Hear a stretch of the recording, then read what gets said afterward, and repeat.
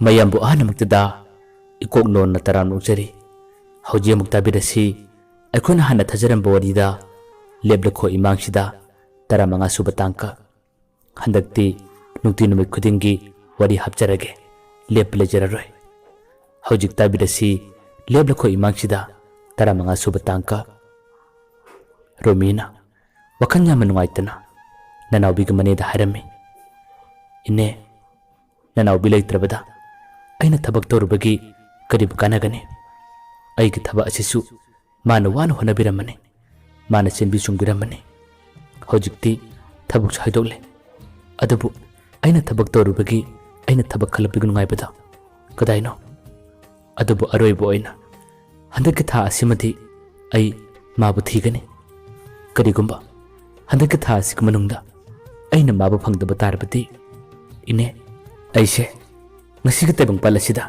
hinglubda kanadre aisu tebang pachi thatolaga adum chakhragani ine asumna haramlaga wakhal yama nungaitana Romi tamna tamna khongthang bahawi mahangna he khongthang khibaga nanawbi gi manena Romi bu khame Romi amuk tangai ko Romi su salambada sablebe nanawbi gi manena makhatana asumna harame ibungo Romi karigi nangna sirugani karigi nangna manglugani ai nangonda wadi kudamak punna haige nanawbi do ma nang nungai dibane ma ngasisu leiri wahairu tabada Romi ngakpoi kariyoi ha ine nanawbi bulai haiba manena khume ma leye karigi kablibano napi tahangano yeng manungaite wahai si haraga Romi ki mitti ki tarba piye dubu tetok pirame Romi bu tamna pamallaga manena makhatana wari lirame nangi thodokto aduna maram maraga nanawbi yam ikai khibane numittugi numidang aduda nangi yumda nganthoi lagi habagi wari khudimak engonda loina tamme nanawbi namikuptuda kayagi mati ikai jakhiba kayagi mati mana nang borau khiba mana yumda lakbakan engonda wa kaya matame kablaga mana pendaba wa kaya matambada aisu tasenga nang musawninki numidang aduda nang nanawbi bu selabna haduna poki aduga nang hek yumjakhibaga gyaktang tungdadi nganthoisu nang yumda lakle haduna pau taki asitabu aigi chana nawbina kadibu oramgani Romina khome ine ai tasena mukti landi landabane hojikti nganthoigi wari khudimaksu punalo nakrabane manena khome adugi wari khudimaksu ai tare nanawbi do ikaibana khamangam dabadagi hayeng nonga lagadi paw haido palagani nganthoigisu aduga aigisu lekai wathok oragani ai hiningdre ai sikbana phara haduna nongalamda bikupto kablaga adum leiki nagi phone su nangna phone torokani haduna opthom kibani nangna laalaga engonda phone torakpada bikuptuda aina mabu karak theme adubu mahak kapadi sutok tokibanatte parese punamak tolase nangi laibakini akoina nawbi gisu laibakini khalase nganthoi gwari da asema kadinu khangri phawba aina mabu lolo hadan loran bane hojikti wari khudima khangle hayeng nongan bada nanawbi do lorurasi nahansu engonda phone torakpani nangi maramda wa kayam su hangmani nang thabak khalle habase mahak pau taram khiroi nangna thengnabada wadi khudimak mangonda loina saro Romi hojikti haraubana kham thengle Romi na hange nine nanawbi gi number do aim klujabu jagadra manena khume karigi yadani pirig loide kaino Romi na amo adu nine nanawbi khuigi pabungdi puna khangra manena khume masu khangi ahan badabudi khangde aina konna thangda wari khudimak sabadagi magaiga manaraga thamgibani adunane khabar da hapsi pau da hapsi hapamatamda ekhoni yakitabada phare se number sinamo asumna haraga phone lo thoi aduga nanawbi gi number bu namhalle Romina number du namlaga hojikti dial ꯇꯧꯔꯝꯃꯤ ring ꯆꯠꯂꯦ ꯑꯍꯥꯟꯕ ring ꯆꯠꯄꯗ ꯅꯅꯥꯎꯕꯤ ꯑꯣꯈꯠꯂꯛꯇꯦ ꯃꯊꯪ ꯑꯃꯨꯛꯀ ring ꯆꯠꯄ ꯃꯇꯝꯗꯗꯤ ꯅꯅꯥꯎꯕꯤ phone ꯇꯞꯅ ꯄꯥꯏꯈꯠꯂꯛꯏ ꯅꯅꯥꯎꯕꯤꯁꯨ ꯔꯣꯃꯤꯒꯤ ꯅꯝꯕꯔꯅꯤ ꯍꯥꯏꯕ ꯈꯪꯂꯤꯕꯅꯤ ꯅꯅꯥꯎꯕꯤꯅ ꯍꯜꯂꯣ ꯑꯁꯨꯝꯅ ꯍꯥꯏꯔꯛꯄ ꯃꯇꯝꯗꯅꯤ ꯔꯣꯃꯤ ꯋꯥ ꯑꯃꯇ ꯉꯥꯡꯕ ꯉꯝꯗ꯭ꯔꯦ ꯍꯧꯕꯒ ꯍꯥꯟꯅ ꯃꯃꯤꯠꯇꯒꯤ ꯄꯤ ꯇꯥꯕ ꯍꯧꯔꯛꯂꯦ ꯈꯣꯟꯖꯦꯜ ꯐꯥꯔꯤ ꯐꯥꯔꯤ ꯇꯧꯔꯒ ꯅꯅꯥꯎꯕꯤ ꯇꯥꯕ꯭ꯔꯣ ꯋꯥꯍꯩꯗꯨ ꯍꯥꯏꯔꯛꯄꯗ ꯅꯅꯥꯎꯕꯤꯁꯨ ꯊꯤꯡꯕ ꯂꯥꯛꯄ ꯉꯝꯗ꯭ꯔꯦ ꯃꯃꯤꯠꯇꯒꯤ ꯃꯄꯤ ꯇꯥꯅ ꯍꯦꯟꯅ ꯀꯞꯄ ꯍꯧꯔꯛꯏ ꯔꯣꯃꯤꯅ ꯍꯥꯏꯔꯝꯃꯤ ꯀꯔꯤꯒꯤꯅꯣ ꯅꯪ ꯍꯧꯖꯤꯛ ꯐꯥꯎꯕ ꯂꯣꯠꯂꯤꯕ ꯑꯩꯒꯤ ꯏꯐꯝꯗꯒꯤ ꯅꯥꯊꯩꯔꯒ ꯂꯩꯔꯤꯕ ꯅꯪ ꯌꯥꯎꯗꯕ ꯅꯪ ꯂꯩꯇꯕ ꯃꯇꯝꯗ ꯑꯩ ꯀꯌꯥꯒꯤ ꯃꯇꯤꯛ ꯋꯥꯏ ꯍꯥꯏꯕ ꯅꯪ ꯀꯔꯤꯃꯇ ꯈꯪꯗꯕ꯭ꯔꯥ ꯁꯥꯡꯂꯕ ꯃꯇꯝ ꯑꯁꯦ ꯀꯔꯤꯒꯤ ꯑꯩꯉꯣꯟꯗ ꯀꯔꯤꯃꯇ ꯄꯥꯎ ꯐꯔꯛꯇ꯭ꯔꯤꯕꯅꯣ ꯅꯅꯥꯎꯕꯤ ꯃꯤꯀꯨꯞꯇ ꯐꯥꯎꯕ ꯀꯔꯤꯃꯇ ꯈꯨꯝꯗꯦ ꯑꯗꯨꯒ ꯍꯤꯡꯅ ꯀꯞꯄꯗꯤ ꯇꯣꯛꯄ ꯅꯠꯇꯦ ꯔꯣꯃꯤꯅ ꯍꯥꯏꯔꯤ ꯅꯅꯥꯎꯕꯤ ꯅꯪꯅ ꯑꯩꯒꯤꯗꯃꯛ ꯋꯥꯕꯤꯔꯝꯕ ꯅꯪꯅ ꯑꯩꯒꯤꯗꯃꯛ ꯍꯣꯠꯅꯕꯤꯔꯝꯕ ꯀꯌꯥꯗꯣ ꯉꯁꯤꯗꯤ ꯑꯩ ꯃꯥꯏ ꯄꯥꯛꯂꯦ ꯑꯩ ꯊꯕꯛ ꯈꯜꯂꯕꯅꯦ ꯃꯔꯦꯛ ꯃꯍꯥꯎ ꯊꯣꯛꯇ꯭ꯔꯕ ꯑꯩꯒꯤ ꯄꯨꯟꯁꯤꯁꯦ ꯅꯪꯅ ꯃꯁꯛ ꯃꯉꯥꯟ ꯄꯤꯕꯤꯔꯝꯕꯅꯦ ꯑꯩ ꯍꯌꯦꯡ ꯅꯪꯕꯨ ꯂꯧꯕ ꯂꯥꯛꯀꯅꯤ ꯅꯈꯣꯏ ꯌꯨꯝꯗꯅꯦ ꯑꯩꯅ ꯂꯩꯔꯤꯁꯦ ꯅꯈꯣꯏ ꯅꯦꯅꯦꯗꯒꯤ ꯑꯩꯅ ꯐꯣꯟ ꯅꯝꯕꯔ ꯂꯧꯕꯅꯦ ꯅꯅꯥꯎꯕꯤ ꯑꯗꯨ ꯐꯥꯎꯕꯗ ꯀꯔꯤꯃꯇ ꯈꯨꯝꯗꯦ ꯔꯣꯃꯤꯅ ꯍꯥꯏꯔꯝꯃꯤ ꯅꯪ ꯀꯔꯤꯃꯇ ꯍꯥꯏꯔꯔꯣꯏꯗ꯭ꯔꯣ ꯑꯩꯉꯣꯟꯗ ꯀꯔꯤꯃꯇ ꯈꯨꯝꯃꯔꯣꯏꯗ꯭ꯔꯣ ꯅꯅꯥꯎꯕꯤꯅ ꯇꯞꯅ ꯈꯨꯝꯃꯤ ꯍꯥꯏꯅꯤꯡꯉꯤ ꯈꯨꯝꯅꯤꯡꯉꯤ ꯅꯪꯅ ꯋꯥ ꯍꯥꯏꯔꯛꯄ ꯃꯇꯝꯗ ꯅꯪꯒꯤ ꯄꯥꯎꯈꯨꯝ ꯀꯌꯥ ꯑꯃ ꯄꯤꯅꯤꯡꯉꯤ ꯑꯗꯨꯕꯨ ꯉꯁꯤꯗꯤ ꯑꯩ ꯋꯥ ꯑꯃꯇ ꯉꯥꯡꯕ ꯉꯝꯗ꯭ꯔꯦ ꯑꯩꯁꯦ ꯀꯩꯅꯣꯝꯃ ꯇꯧꯔꯦ ꯅꯪꯅ ꯊꯕꯛ ꯈꯜꯂꯦ ꯍꯥꯏꯕꯒꯤ ꯄꯥꯎ ꯇꯥꯕꯗ ꯑꯩ ꯌꯥꯝꯅ ꯍꯔꯥꯎꯏ ꯌꯥꯝꯅ ꯅꯨꯡꯉꯥꯏ ꯅꯪꯒꯤ ꯅꯁꯛ ꯑꯗꯨꯁꯨ ꯎꯗꯕ ꯌꯥꯝꯅ ꯀꯨꯏꯔꯦ ꯅꯪꯒꯤ ꯅꯁꯛꯁꯨ ꯑꯩ ꯌꯥꯝꯅ ꯎꯅꯤꯡꯉꯤ ꯔꯣꯃꯤꯅ ꯈꯨꯝꯃꯤ ꯑꯩꯕꯨ ꯎꯅꯤꯡꯂꯒ ꯀꯔꯤꯒꯤ ꯑꯩꯉꯣꯟꯗ ꯀꯔꯤꯃꯇ ꯍꯥꯏꯔꯛꯇ꯭ꯔꯤꯕ ꯏꯐꯝꯗꯒꯤ ꯀꯔꯤꯒꯤ ꯂꯣꯠꯂꯤꯕꯅꯣ ꯅꯅꯥꯎꯕꯤꯅ ꯈꯨꯝꯃꯤ ꯑꯩꯅ ꯂꯣꯠꯂꯤꯕ ꯑꯩꯅ ꯇꯧꯔꯤꯕꯗꯨ ꯀꯅꯥꯅ ꯇꯧꯍꯟꯕꯅꯣ ꯄꯨꯝꯅꯃꯛ ꯅꯪꯅ ꯅꯠꯇꯕ꯭ꯔꯥ ꯅꯨꯃꯤꯠꯇꯨꯒꯤ ꯅꯨꯃꯤꯗꯥꯡ ꯑꯗꯨꯗ ꯑꯩ ꯊꯃꯣꯏ ꯀꯌꯥꯝ ꯀꯥꯏꯈꯤ ꯑꯩ ꯀꯌꯥꯝ ꯋꯥꯈꯤ ꯑꯩ ꯁꯤꯔꯒꯦ ꯐꯥꯎꯕ ꯈꯟꯈꯤ ꯑꯗꯨꯕꯨ ꯏꯅꯦ ꯑꯃꯗꯤ ꯄꯥꯕꯨꯡꯒꯤꯗꯃꯛ ꯈꯜꯂꯒ ꯑꯩ ꯁꯤꯕ ꯉꯝꯈꯤꯗꯦ ꯔꯣꯃꯤꯅ ꯈꯨꯝꯃꯤ ꯌꯥꯔꯁꯦ ꯇꯣꯛꯂꯣ ꯑꯩ ꯅꯐꯝꯗ ꯁꯣꯏꯈ꯭ꯔꯦ ꯑꯩ ꯌꯥꯝꯅ ꯂꯥꯟꯈ꯭ꯔꯦ ꯑꯗꯣ ꯑꯩꯅ ꯍꯌꯦꯡ ꯅꯪꯒꯤ ꯅꯥꯛꯇ ꯂꯥꯛꯄꯗ ꯅꯪꯅ ꯆꯥꯅꯤꯡꯕ ꯅꯠꯇ꯭ꯔꯒ ꯅꯪꯅ ꯄꯥꯝꯖꯕ ꯑꯃꯇꯪꯗꯤ ꯍꯥꯏꯔꯛꯑꯣ ꯑꯩ ꯅꯪꯒꯤꯗꯃꯛ ꯄꯨꯔꯛꯀꯦ ꯅꯅꯥꯎꯕꯤꯅ ꯈꯨꯝꯃꯤ ꯌꯥꯔꯦꯗ ꯀꯔꯤꯃꯇ ꯄꯨꯔꯛꯀꯅꯣ ꯅꯪꯅ ꯑꯩꯒꯤ ꯅꯥꯛꯇ ꯂꯥꯛꯄꯗ ꯇꯦꯛꯇ ꯀꯥꯏꯗꯅ ꯑꯩꯒꯤ ꯅꯥꯛꯇ ꯌꯧꯔꯛꯄꯗꯣ ꯑꯩ ꯄꯥꯝꯃꯦ ꯑꯗꯣ ꯑꯩ ꯅꯪꯒꯤꯗꯃꯛꯇꯁꯨ ꯅꯨꯡꯉꯥꯏꯕ ꯐꯣꯡꯗꯣꯛꯄ ꯑꯣꯏꯅ ꯀꯩꯅꯣꯝꯃ ꯄꯤꯅꯤꯡꯉꯤ ꯅꯪꯒꯤꯗꯤ ꯀꯔꯤ ꯂꯩꯔꯝꯃꯨꯒꯦ ꯔꯣꯃꯤꯅ ꯈꯨꯝꯃꯤ ꯅꯪꯅ ꯄꯤꯅꯤꯡꯕ ꯑꯃ ꯂꯩꯔꯝꯃꯣ ꯑꯗꯣ ꯃꯃꯜ ꯌꯥꯝꯅ ꯇꯥꯡꯕ ꯂꯩꯔꯝꯒꯅꯣ ꯑꯍꯣꯡꯕ ꯂꯩꯔꯝꯃꯣ ꯅꯅꯥꯎꯕꯤꯅ ꯂꯩꯔꯝꯒꯦ ꯐꯣꯟꯗꯣ ꯅꯦꯅꯦꯗꯃꯛꯇ ꯄꯥꯏꯍꯜꯂꯨꯅꯦ ꯑꯁꯨꯝꯅ ꯍꯥꯏꯔꯛꯄꯗ ꯔꯣꯃꯤꯅ ꯐꯣꯟ ꯑꯗꯨꯕꯨ ꯃꯅꯦꯗ ꯄꯥꯏꯍꯜꯂꯝꯃꯤ ꯅꯅꯥꯎꯕꯤꯒ ꯃꯅꯦꯒꯁꯨ ꯋꯥꯔꯤ ꯀꯌꯥ ꯑꯃ ꯁꯥꯟꯅꯈꯤ ꯉꯥꯏꯍꯥꯛꯇꯪꯒꯤ ꯇꯨꯡꯗꯗꯤ ꯔꯣꯃꯤ ꯋꯥꯈꯜ ꯌꯥꯝꯅ ꯅꯨꯡꯉꯥꯏꯅ ꯌꯨꯝꯗ ꯍꯜꯂꯛꯈꯤ ꯅꯍꯥꯟ ꯃꯈꯩ ꯅꯅꯥꯎꯕꯤꯒꯤ ꯄꯥꯎ ꯀꯔꯤꯃꯇ ꯇꯥꯈꯤꯗꯕꯗ ꯏꯃꯛ ꯃꯛꯁꯤꯜꯂꯝꯕ ꯌꯥꯝꯅ ꯋꯥꯅ ꯂꯩꯔꯝꯕ ꯔꯣꯃꯤ ꯉꯁꯤꯗꯤ ꯍꯔꯥꯎꯕꯒꯤ ꯄꯟꯈꯩ ꯂꯩꯇ꯭ꯔꯦ ꯅꯨꯡꯉꯥꯏꯕꯅ ꯈꯝ ꯊꯦꯡꯂꯦ ꯃꯥꯒꯤ ꯍꯥꯟꯅ ꯄꯨꯜꯂꯛꯄ ꯉꯥꯎꯁꯤꯟꯅꯔꯝꯕ ꯃꯔꯨꯞ ꯊꯣꯏꯕ ꯑꯃꯗꯤ ꯇꯣꯝꯕꯤ ꯃꯈꯣꯏ ꯑꯅꯤꯁꯨ ꯃꯥꯅ ꯌꯨꯝꯗ ꯍꯜꯂꯛꯄ ꯃꯇꯝꯗ ꯂꯝꯕꯤꯗ ꯊꯦꯡꯅꯔꯝꯃꯤ ꯔꯣꯃꯤꯅ ꯌꯥꯝꯅ ꯋꯥꯈꯜ ꯅꯨꯡꯉꯥꯏꯅ ꯅꯈꯣꯏ ꯑꯅꯤ ꯎꯅꯕꯁꯦ ꯇꯥꯟ ꯆꯞ ꯆꯥꯔꯦ ꯍꯣꯔꯦꯟ ꯅꯨꯃꯤꯗꯥꯡꯗꯣ ꯑꯩꯈꯣꯏꯅ ꯆꯥꯛ ꯆꯥꯒꯗꯕꯅꯤ ꯑꯗꯨꯒ ꯑꯩꯒꯤ ꯌꯥꯝ ꯅꯨꯡꯉꯥꯏꯕ ꯄꯥꯎ ꯑꯃꯁꯨ ꯅꯈꯣꯏꯗ ꯍꯥꯏꯒꯗꯧꯔꯤꯕꯅꯤ ꯑꯩ ꯆꯠꯂꯒꯦ ꯑꯩ ꯈꯤꯇꯪ ꯊꯨꯔꯦ ꯑꯁꯨꯝꯅ ꯋꯥꯔꯤ ꯐꯥꯎꯕ ꯀꯨꯏꯅ ꯁꯥꯗꯕ ꯃꯈꯩ ꯋꯥꯈꯜ ꯌꯥꯝꯅ ꯅꯨꯡꯉꯥꯏꯅ ꯃꯣꯃꯣꯟ ꯔꯣꯃꯤ ꯀꯟꯅ ꯆꯦꯟꯈꯤ ꯃꯃꯥꯟꯅꯕ ꯊꯣꯏꯕ ꯑꯃꯗꯤ ꯇꯣꯝꯕꯤꯁꯨ ꯉꯁꯤꯗꯤ ꯀꯔꯤ ꯃꯇꯧꯅꯣꯅꯦ ꯔꯣꯃꯤꯁꯦ ꯃꯑꯣꯡ ꯑꯃꯅꯤꯀꯣ ꯋꯥꯍꯩꯁꯦ ꯍꯥꯏꯗꯨꯅ ꯅꯣꯛꯐꯦꯠ ꯇꯧꯅ ꯔꯣꯃꯤꯅ ꯆꯠꯈꯤꯕ ꯃꯥꯏꯀꯩ ꯑꯗꯨꯕꯨ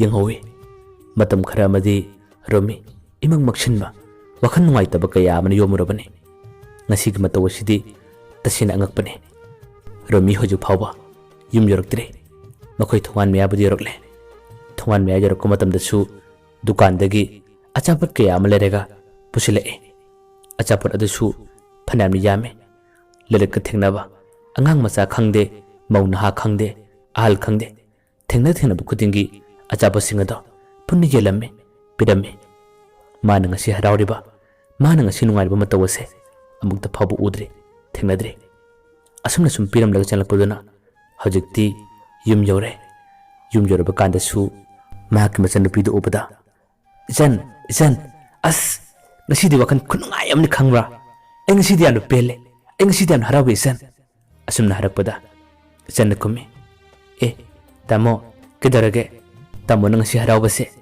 ai su yamna harawe ai yam nungai tamo ado kari maram guna habdodi hayu tamo ai yamna khaninge romi na kumi isan akoi madu leitra imarasu asigi pausi tahaninge as khangdi ngasi munungai ba ngasi ma harawa se अगर पुसीदसु अमुक्त फाव थोक्त्रे इमादो अमुक्त कुतरो चलो अखोई तम खुदि Lebra इचन Kumey अरु तामो कइनो हाबदुम तुंगदि हायोबा अइसु याम खुरांगी याम खनिंग हाबने रोमी न कुमे ननम्बदो नंगी ननम्ब ओइदुरिबी ननावबिदो मा लेरमले मा थेंनरे अइ ngasi मागा फोन वरि सनई इबानी फोन वरि सनई इचनसु पाउरु ताब मतमददि हराउबन खम थेंगले हा असिंब्र तामो असिंब्ले रेबो इमा असमना हारेगा इचनदो इमुलोम जंके रोमी होजु फावा हराउबन मथु मरांग हौरे इचंगी ममासु इमुन गथरे अदुगा रोमीना सारिबा माना तमनि पाउसिंग दु ताप मतमदा ममासु हराउबन अमुक तोइबा कइनो मतौख्रे थंगनबद लेरिबा रोमी के मयाम मति मतै मसु इचन को बुचकी मयाम बाबू दिलरमदे मतै मलेरमबदगी मासु थरकले अदुगा हराउते यामा नुंगाई बोरी के याम सारे मखोइनसु हंगले कदाइ दिलरमगे करम थिंगनगे हंगले रोबीनसु मरिक चुंबा वरी खुदिमक पुन्ना तम्मे रोमी वरी सिंग दु ताब मतमदा ममा अमदि मतै मसु कब्बे रोमीना महाइरे इमा होइदि कपकदब नते नुंगाई गदबने ngasi ahawa mathela ma chagadabane aina puna kongani aduga aigi marup thoibaga tombigada makhuji yawgadabane mamana ma haire ado nangna heng chakani haribaduna pung kara chakadoriba nangna heng chapra matamda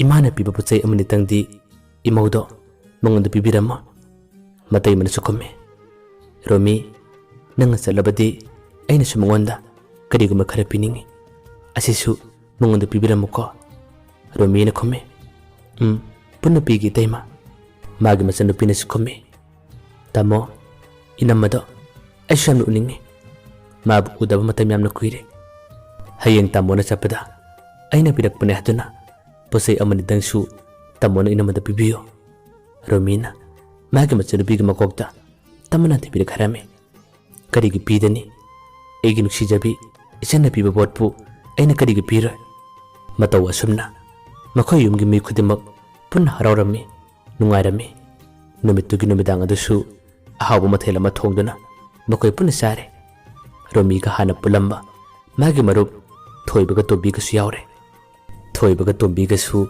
रोमीना वारी खुदिमक तंबदगी पुन्ना खंगले sakchaba tolabga tungdadi magi marupsing adusu yumda hangkre रोमीना ननावबिगा वरी सागा हादुना मागी नंबर द फोन तोसिले फोन तौब मतमददी ओबलेरमे ओबलेबदगी केदोरबजानो ngakhtang rega tawge hadunasु amungarame ngakhtanggi tungdasu amuka tawsile adudasu nanawbiga number di adumu obleiri romi hadakti singnaba yamne hele kino mana torisibo hoju phawa mage phone sin oblelbisne karigino as kedorobajano ne asumna khallaga wakhal ke amada mangli mama sale aduga romi dharme ibungo romi imonu pido nanga phone wari sanarabadi amuka phone tawdana aisu wari amuka sage romi na khome ima aina magi number da phone tawbane adu ba hoju phawbadi adum obleye kedorobna khangde mama nam khome hoi phare phare horen mana kari ma phone pralabadi ima da paw haro ai tum khiroi romi asomda mathayam ne sare kari maram gdamak magi phone obleye bna haduna khalle ngaktangi tungdadi nanawbi ki manena romi da phone tore romi phone pakale manena hange Romi, nangbu akhona nabiga phone wari ka saramdra. Romi na khume. Ine aidi sade. Mane na mukhume. As kano to risibo. Nang phone toro ga yengbra. Romi na khume. Yeng ine. Aina phone to bada su magi phone oblaye. Kadarab na khangne. Mane na maharame. Aduni ngasai numidang waram adai dagini. Magi phone ase tawba satana atum oblekri base. As aidi thoya mwareda. Kadarab zano. Romi na khume. Ine may yaw dabagi tawborong ngani. Asun na haida dingay nanawi ka manega number da ring malae. Number ado magti hana siyap tawba number dinate. Manin harami. Romi phola malae. Amuk tapay ke nang tapayo ko. Asum na haraga hola thamlaga phone okale. Phone number ado na nanawi na riba yumbu adugi nupi gi number ni. Magi number di siyap tawde. Magi nupagi number tani nanawi ka manedi yawba. Phone pakat pagadi nupi dun hare. Hello, asibu nanawi ka mane natrane. Nanawi ka manedi na khume. Mane ka nana haibiyo. Nupi dun khume. Oh, ay makoy ki madam ne. Nanawi do ngasay nung thin pasay kara lero ni haduna thoki bane. Ado bohji phaba mahak yumda lagtre. Maba adom na ka lagbra ba. Mane na khume. Kino harisibo. Made sidi lagtena. Kaino pung kya thoki bano. Nupi dun khume. Ngalli yama theng munate. Manasu yam nukiro le haramane. As akhona magi number desu phone to bane. Adubo magi number di adum oblai re. Akhoi su thibi yaba thira bane. Hangbu yaba hangla bane. Adubo karimata khangi haba leite. As kaduduna khangdeda. Wahi du tabada. Nanawi ka manedi pakat pa na amuk toiba kino matawkre. Ngahagtang gitung dudi nupi edo atopa kana-kanada no phone toroga hanggay na thamki. Phone thamki baga hol toramba da su lauthokre. Romi na hangi. Ine kanano kari hare no wahang do hangbada nanawi ka mane kari mata pa kumpi bangamdre. Wamata ngangdana tumilarame. Romi na hangi. Ine amuk ta kumbiyo kanana phone to lidabo kari haire bano. Mane na khume. Romi khangde nang aigi lebakse kari no gyan tadre. Nanawi do nungthin da pochai khara leirni haduna thoki hai. Adudagi huju phawba yumda halaktre haduna phone to libasini. As kari mato no gyan tadre. Ai pakat pina kino matawre. Magi number oble libasina kari khudong thiba tar bazano. As ay lebi yadre. Romi ay kino matawre. Asum na haraga manedo kabla e. Romi su pawro taba matamda wakan nungay taba na kino matawkre. Asibu oiba yabrane. Kino harisibu. Asibu oiba yagadrane. Ine adu oidabane. Adu oidabawane. Asum na taksi chonjaraga murmum swale. Kari upayle. Phone tham kripi tungda. Romi thawai sakpa henmana murmum swale. Oh, aina ngasigi nungthilama. Aina yamna harauriba. Aina yamna nungajariba kayase. Asumna wanaba. Asumna kamnaba oidamaleko. Nanawi nang lidibsibu kadaydano. Karigi nangina bana optham libano. Nang lotpa yaroye. Nang mangba yaroy. Ngasayda natra. Akhoi ni phone da wari sabada. Aigidama kari leramuge. Kari thalamuge harambado. Karigi oidaba ngangli. Karigi phone opthamli. Hayeng kharanganna. Inega aiga nang nakta lakane. Nang khudong thiba taba yaroy. Kari mata tekta kaidana. Nang leramo ai lakane. Asumna haraga. Romi macindagi murum solaga adum kabe. Kari bu thokadori. Mayamba aroibada amukana khurumjari.